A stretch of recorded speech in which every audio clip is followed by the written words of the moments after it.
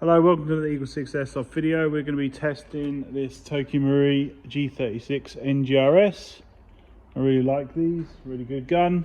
So this one has had the Warhead motor, the gate Aster, the Psionic Rhop, the FPS Piston, modified bushings, Prometheus piston head, Prometheus Cylinder, Prometheus cylinder head, Prometheus spring guide, Prometheus Gears, Prometheus Tappet plate, EagleSix mainspring, and Prometheus Tightbore barrel, and to the customer's FPS requirements, and we've tested on their ammo that they recommend.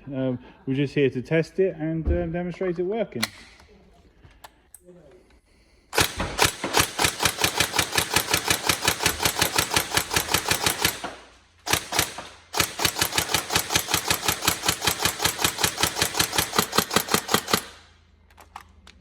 Just reload.